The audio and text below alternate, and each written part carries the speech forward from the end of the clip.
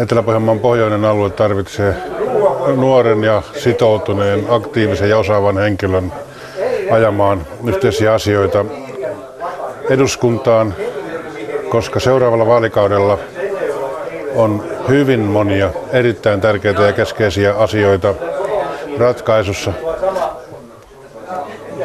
Puhuttakoon nyt kunnallishallinnosta, kunnallislain uudistamisesta, kuntien yhteistoiminnasta, kuntien pakkoliitosta, sosiaali- ja terveydenhuollon uudelleen organisoinnista ja järjestäytymisestä.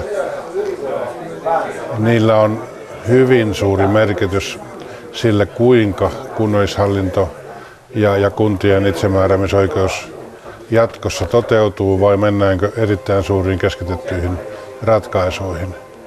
Myöskin jo tämän vuoden syksyllä ratkaistaan hyvin keskeisesti kuntien rahoitusasemaa ja siitä, että millä tavalla kuntien ja valtion välinen kustannus jatkossa kehittyy ja kuinka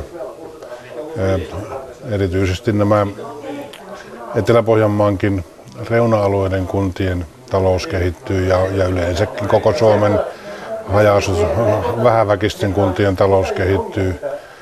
Ja siinä mielessä on välttämätöntä, että päätöksentekijöitä on muualtakin kuin taajamista ja keskeisistä maakuntakeskuksista ja etelästä. Antilla on hyvin hyvä osaaminen, erittäin hyvä kokemus jo nuoreksi mieheksi politiikan teosta nuorisoliikkeessä, jossa hän on soittanut kyntensä. Ja lisäksi hän on ollut hallituspuolueen, pääministeripuolueen päätöksenteossa mukana, päässyt osallistumaan sinne aivan vallan perimmäiselle lähteelle.